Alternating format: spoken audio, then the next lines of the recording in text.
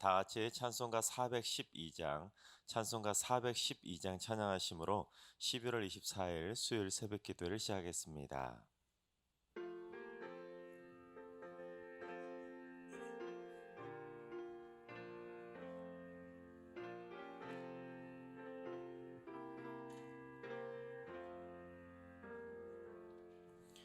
내 영혼의 그 깊은 데서 맑은 가락이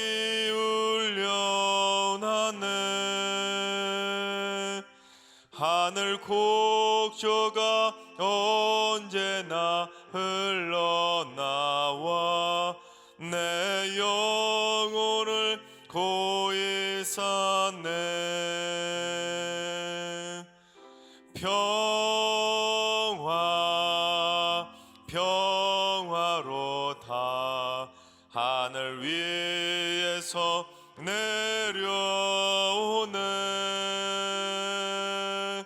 그 사랑의 물결이 영원토록 내 영혼을 덮으소서.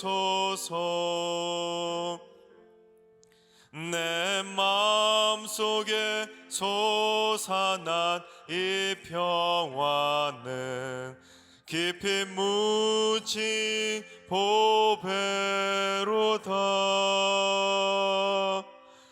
나의 보화를 캐내어 가져갈 자 그 아무도 없으리라.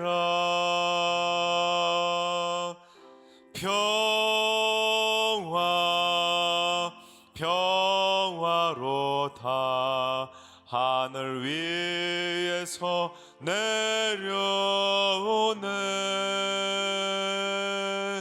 그 사랑의 물결이 영원토록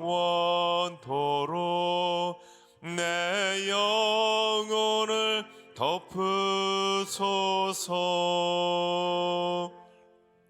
내 영혼의 평화가 넘쳐남은 주의 큰 복을 받음이라. 내가 주야로 주님과 함께 있어 내 영혼이 편히 쉬네.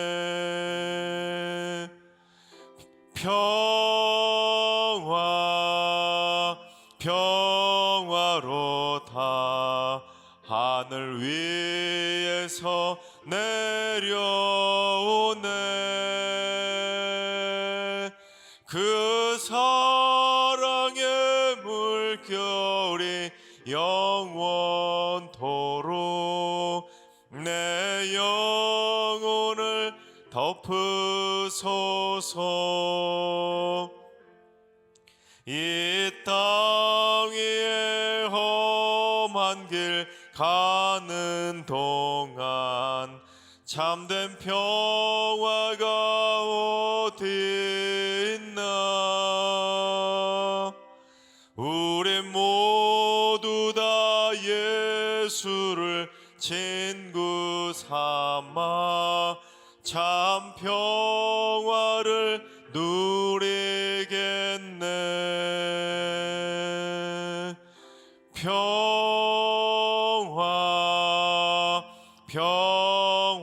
평화로다 하늘 위에서 내려오네.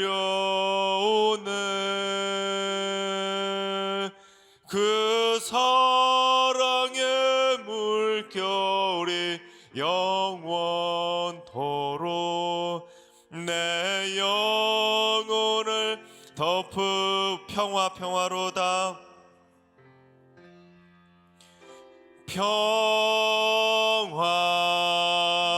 평화로다 하늘 위에서 내려오네.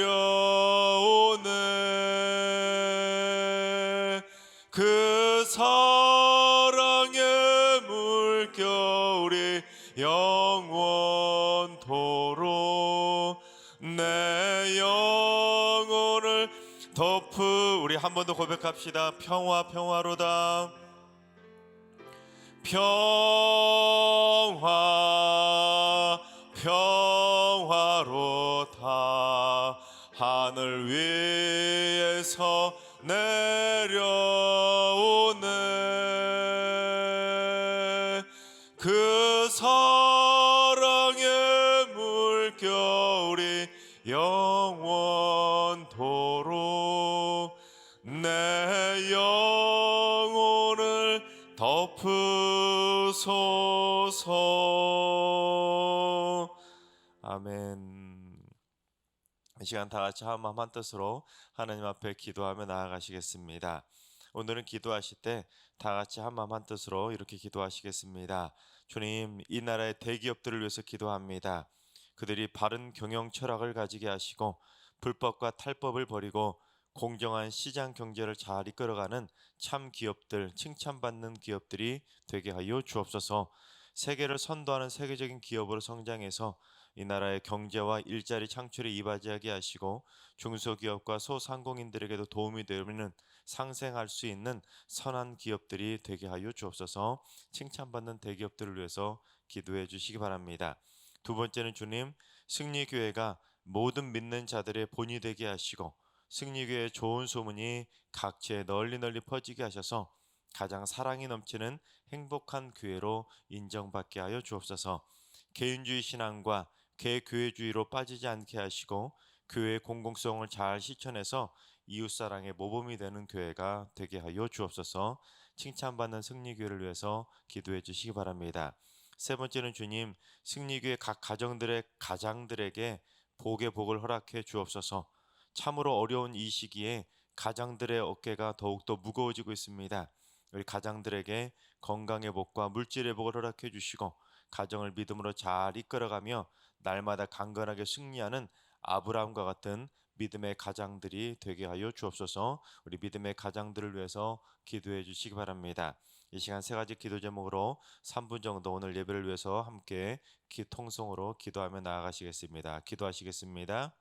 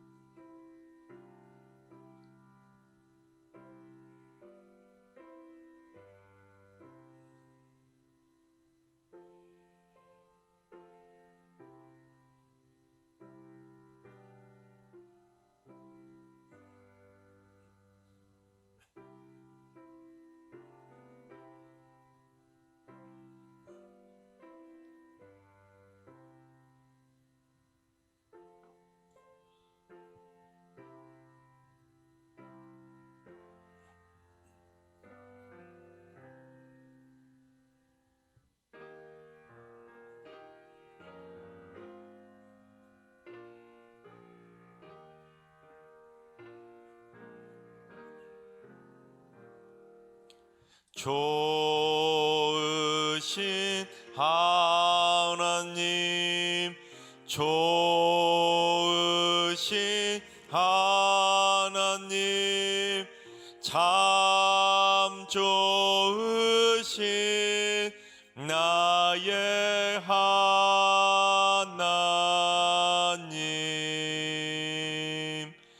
우리의 기도를 응답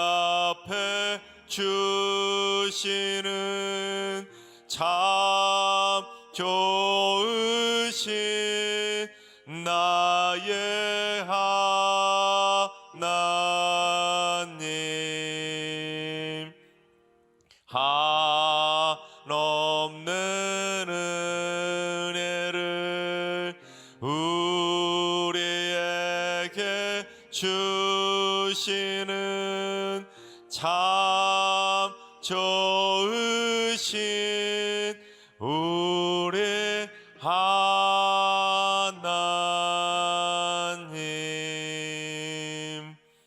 아멘. 참 좋으신 하나님께서 오늘 이 새벽에 저에게 주시는 말씀은 레위기 12장의 말씀입니다. 다 같이 레위기 12장의 말씀을 드라마 바이블로 봉독하겠습니다. 제 12장.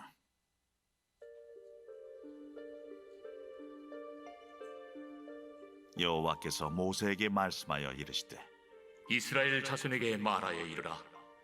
여인이 임신하여 남자를 낳으면 그는 이래 동안 부정하리니 곧 월경할 때와 같이 부정할 것이며 여덟째 날에는 그 아이의 포피를 벨 것이요 그 여인은 아직도 33일을 지내야 사녀리 깨끗하리니 정결하게 되는 기한이 차기 전에는 성물을 만지지도 말며 성소에 들어가지도 말 것이며 여자를 낳으면 그는 2일에 동안 부정하리니 월경할 때와 같을 것이며 사녀리 깨끗하게 되면 66일을 지내야 하리라.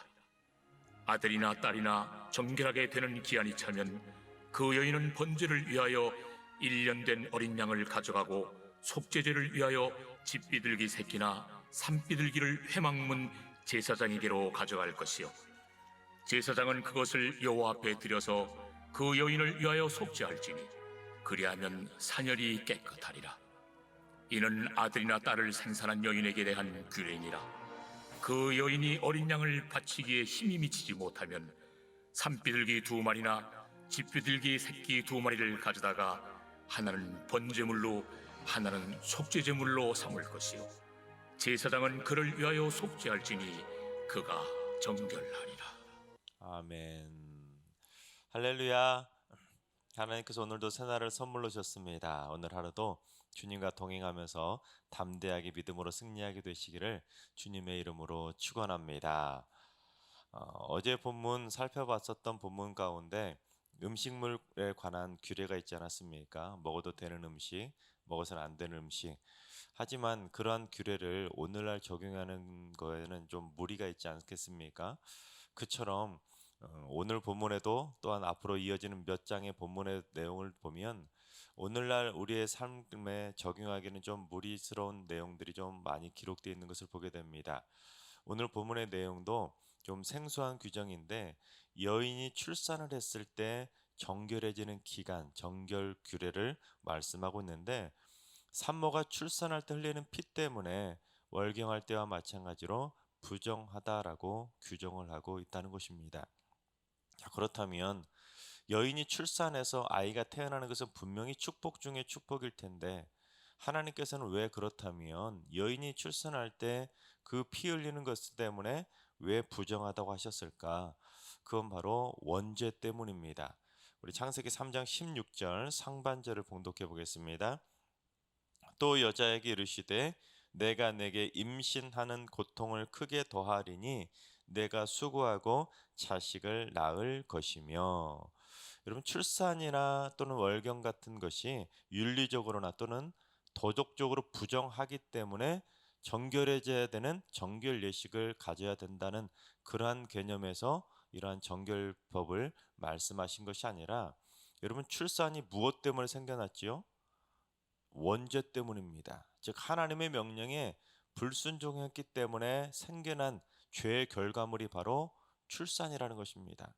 아이가 태어나는 것은 분명히 축복이지만 그 출산하게 되었던 첫 번째 배경은 바로 원죄 때문이라는 것입니다. 그래서 하나님께서는 이 정결법 규정들을 통해서 이스라엘 백성들이 그렇구나, 우리가 죄를 지었기 때문에 하나님께 불순종했기 때문에 이러한 정결 예식을 하게 되는구나, 이제 우리는 하나님에게 불순종하면 안 되겠구나, 그것을 생각하도록 하기 위해서 하나님께서 이러한 정결법 규정을 만들어 주셨다는 것입니다.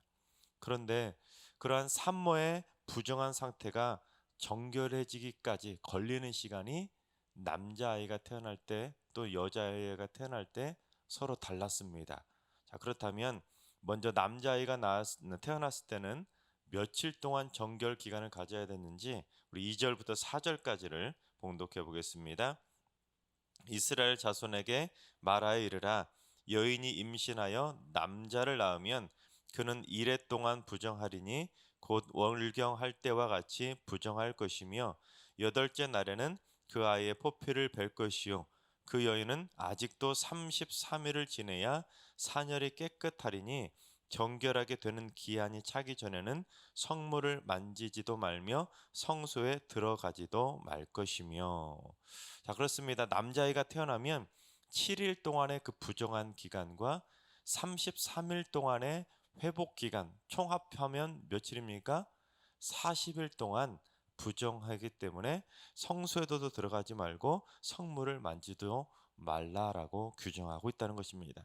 자, 그렇다면 여자아이를 낳았을 때는 어땠는지 우리 5절을 봉독해 보겠습니다.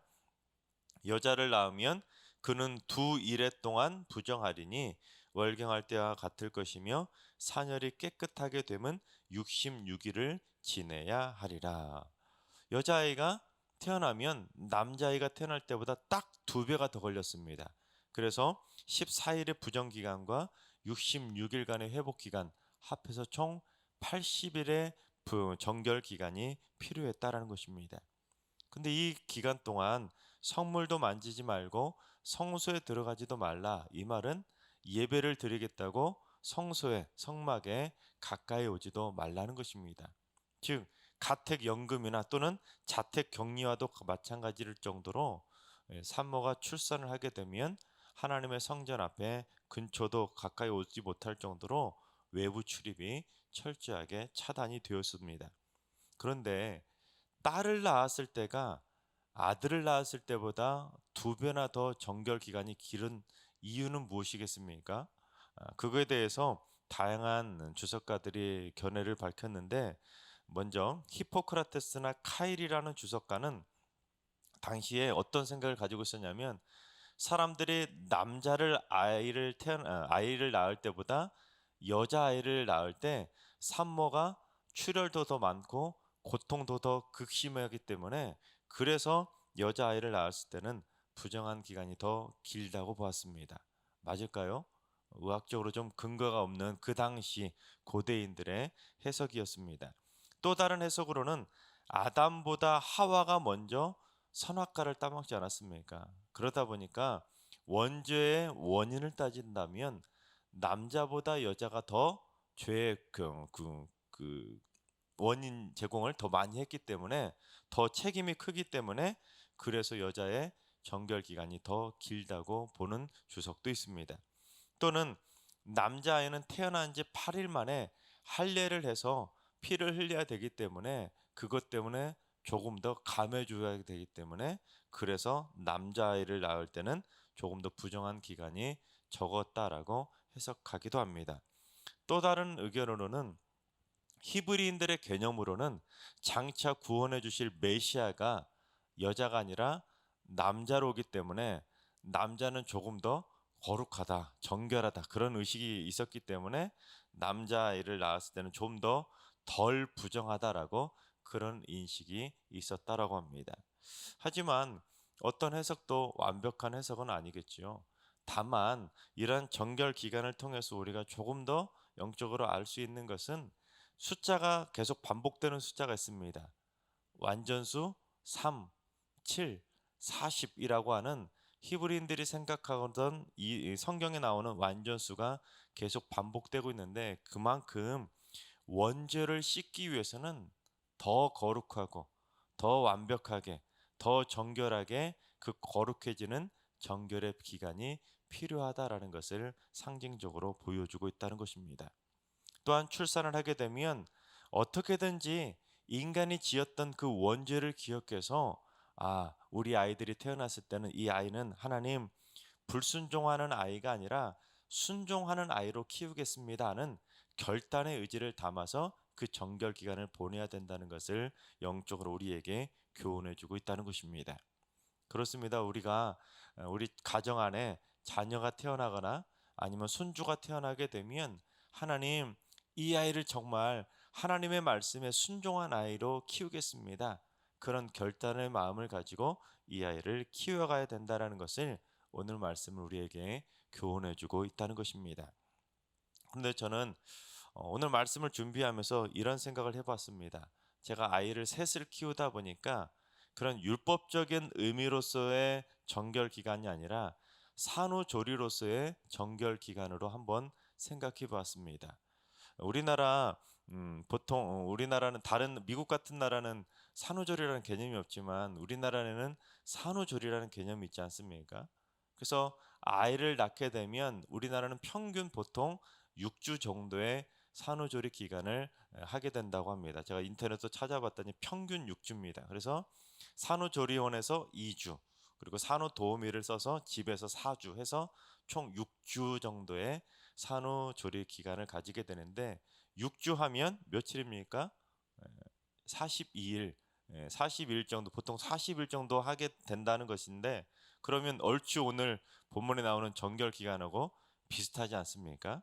그런데 그것처럼 산후조리 기간 동안에는 예배당에도 솔직히 말하면 못 나오잖아요. 산후조리 하느라. 그런 것처럼 오늘 규정에도 보면 성소 근처에 오지 말라고 하는 것처럼 그 기간 동안 40일이든 80일이든 그 산후조리 기간 동안에는 바깥 출입을 하지 않고 몸을 추스를 수 있는 그 기간을 하나님께서 주심으로 말미암아 산후조리하면서 이 산모가 자신의 몸을 추스리고 그 육아에 전념하면서 몸을 추스릴 수 있도록 하나님께서 따뜻하게 그렇게 배려해 주시지 않았나 그런 생각도 하게 되었습니다.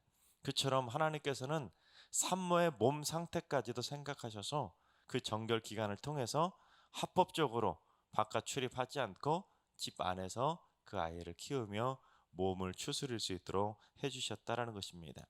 그러고 보면 참 하나님께서는 세심하시고 따스한 분 아니겠습니까? 오늘 본문에 부정이라는 단어가 계속 반복되다 보니까 오늘 말씀은 무슨 이런 본문이 다 있어 하고는 생각할 수 있겠지만 부정적으로 생각할 수 있겠지만 얼마든지 오늘 본문 말씀 안에서도 긍정적인 하나님의 사랑을 읽을 수가 있다는 것입니다. 또 하나 오늘 말씀에 나타나고 있는 긍정적인 부분은 하나님께서는 약자에 대한 배려, 가난한 자들에 대한 배려까지도 말씀하고 있다는 것입니다. 즉 정결 기간이 다 차게 되면 기간이 찼다고 해서 무조건 정결해지는 것이 아니라 반드시 1년 된 어린 양으로 번제를 드리고 또한 집비둘기 새끼나 산비둘기로 속죄제를 드려야 두 가지 번제와 또는 속죄제 두 가지 제사를 드려야 정결해진다고 인정해 주었습니다. 자, 그런데 산모가 만약에 어린 양을 바칠 정도의 형편도 되지 못한다면 어떻게 되는지 우리 8절을 봉독해 보겠습니다. 여인이 어린 양을 바치기에 힘이 미치지 못하면 산비둘기 2마리나 집 비둘기 새끼 2마리를 가져다가 하나는 번제물로 하나는 속죄 제물로 삼을 것이요 제사장은 그를 위하여 속죄할지니 그가 정결하리라. 그렇습니다. 해산한 여인이 너무 가난해서 어린 양을 바칠 정도의 형편도 되지 못한다면 산 비둘기 2마리나 집 비둘기 새끼 2마리로 대신해서 드릴 수 있도록 하나님께서 가난한 자들을 위해서 세심한 배려까지 해주셨다라는 것입니다. 그런데 예수님의 어머니 마리아는 이 정결 예식을 지켰을까요? 안 지켰을까요? 예수님의 어머니도 오늘 구약성경 이 본문 12장에서 규정하고 있는 산모의 정결 예식을 정확하게 지켰습니다. 우리 누가복음 2장 22절에서 24절까지를 봉독해 보겠습니다. 모세의 법대로 정결 예식의 날이 참에 아기를 데리고 예루살렘에 올라가니 이는 주의 율법에 쓴 바 첫 해에 처음 난 남자마다 주의 거룩한 자라 하리라 한 대로 아기를 주께 드리고 또 주의 율법에 말씀하신 대로 산비둘기 한 쌍이나 혹은 어린 집 비둘기 둘로 제사하려 함이더라. 아멘. 그렇습니다. 마리아, 예수님의 어머니 마리아도 모세의 법대로 산모 정결 예식 기간을 다 지키고 다 찾아 뭘로 제사를 드렸다고요? 산비둘기 한 쌍이나 어린 집 비둘기 두 마리로 제사를 드리려고 했다라는 것입니다. 자, 그렇다면 이 구절을 통해서 우리가 추정해 볼 수 있는 건 무엇입니까? 예수님의 가정이 부자였다는 것입니까? 가난한 가정이었다는 것입니까? 가난한 가정이었다는 것입니다. 그만큼 가난하고 연약한 가정에서 주님이 태어나셨지만 예수님의 어머니 마리아는 그 와중에서도 모세의 법대로 오늘 본문의 규정대로 하나님 앞에 정성껏 그 비둘기를 통해서도 하나님 앞에 제사를 드리며 정결 예식을 드렸다라는 것입니다. 하나님께서 사랑하신 여러분, 오늘 말씀뿐만 아니라 구약 성경에 나오는 말씀들 가운데 좀 난해하고 오늘날 적용하기에는 참 어려운 부분들이 있겠지만 그 와중에서도 하나님께서 우리를 사랑하시는 그 마음을 느낄 수 있길 바랍니다. 또한 여러분의 집안에 자손이 태어나게 되면 이 아이를 하나님 순종하는 자녀로 키우겠습니다 하는 그런 결단의 마음으로 이 아이들을 믿음으로 잘 양육할 수 있기를 바랍니다. 그래서 모든 자녀손들이 하나님의 말씀에 순종하고 예수님을 인격적으로 체험해서 일평생 변치 않는 믿음의 자녀들로 쭉쭉 자라가서 여러분의 자손되도록 하나님께 칭찬받고 하나님께 순종하는 믿음의 명문 가문을 꼭 세워가게 되시기를 주님의 이름으로 축원합니다. 기도하겠습니다. 불순종이 아니라 순종을 원하시는 하나님, 선악과를 따먹은 인간의 불순종 때문에 시작된 그 원죄의 아픔을 저희 모두 잊지 않게 하시고 아이가 저희 가정 내에 태어날 때마다 하나님의 마음을 깨닫게 하여 주시옵소서. 그래서 불순종의 유산을 물려주는 것이 아니라 자녀손들에게 순종과 거룩의 유산을 물려주는 신실한 믿음의 부모들이 되게 하여 주시옵소서. 자손대대로 하나님께 순종하는 착하고 충성된 종들이 저희 가문에 흘러넘칠 수 있도록 인도해 주셔서 천대까지 복을 받고 칭찬받는 믿음의 명문 가문들이 다 되게 하여 주시옵소서. 이제는 우리 주 예수 그리스도의 은혜와 하나님 아버지의 만극하신 사랑하심과 성령님의 충만하신 역사하심과 교통하심이 하나님의 말씀에 절대 순종하는 믿음의 명문 가문을 든든히 세워가기를 사모하는 모든 성도들과 가정과 일터와 승리교회와 이 나라와 이 민족 위에 이제로부터 영원까지 항상 함께 하시기를 간절히 축원하옵나이다. 아멘. 이제 주신 말씀과 여러분의 개인 기도 제목을 가지고 충분히 기도하며 나아가시겠습니다. 오늘은 기도하실 때 주님, 승리교회 성도들의 가정에 불순종은 사라지고 순종의 제사들이 넘쳐나게 하여 주옵소서. 결혼의 문과 태의 문을 순적하게 열어주시고 자녀 손들에게 믿음을 선물로 주셔서 믿음의 대가 절대로 끊어지지 않게 하여 주시옵소서. 우리 자녀 손들 가운데 한 사람도 하나님을 버리거나 불순종하는 자녀가 태어나지 않도록 하나님 장중의 팔로 우리 자녀 손들을 굳건하게 붙잡아 주시옵소서. 오늘 하루도 환우들과 연로하신 어르신들과 우리 사랑하는 자녀 손들 모두 다 하나님의 따스한 사랑의 손길로 붙잡아 주셔서 하나님의 그 크신 사랑을 체험할 수 있는 행복한 날 되게 하여 주옵소서. 새벽제단 쌓는 분들이 원죄의 쓴뿌리를 뽑아내고 정결한 심령으로 거룩한 기도의 제단을 쌓아감으로 말미암아 우리 승리교회에서 가장 거룩하고 정결한 주님의 백성들로 아름답게 승리하게 하여 주시옵소서. 마지막으로 주님, 승리교회 신혼 부부들을 위해서 기도합니다.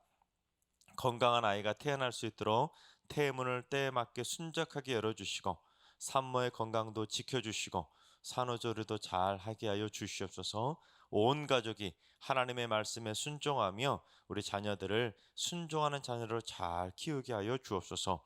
생육하고 번성하는 축복의 가정들이 되게 하여 주시옵소서. 또한 결혼하지 못하고 있는 우리 청년들에게 믿음의 만남의 복을 허락해 주셔서 결혼의 문들이 순적하게 열리게 하여 주시옵소서. 다 같이 주신 말씀과 여러분이 가지고 계신 기도점을 가지고 충분히 기도하며 나아가시겠습니다. 다 같이 기도하겠습니다.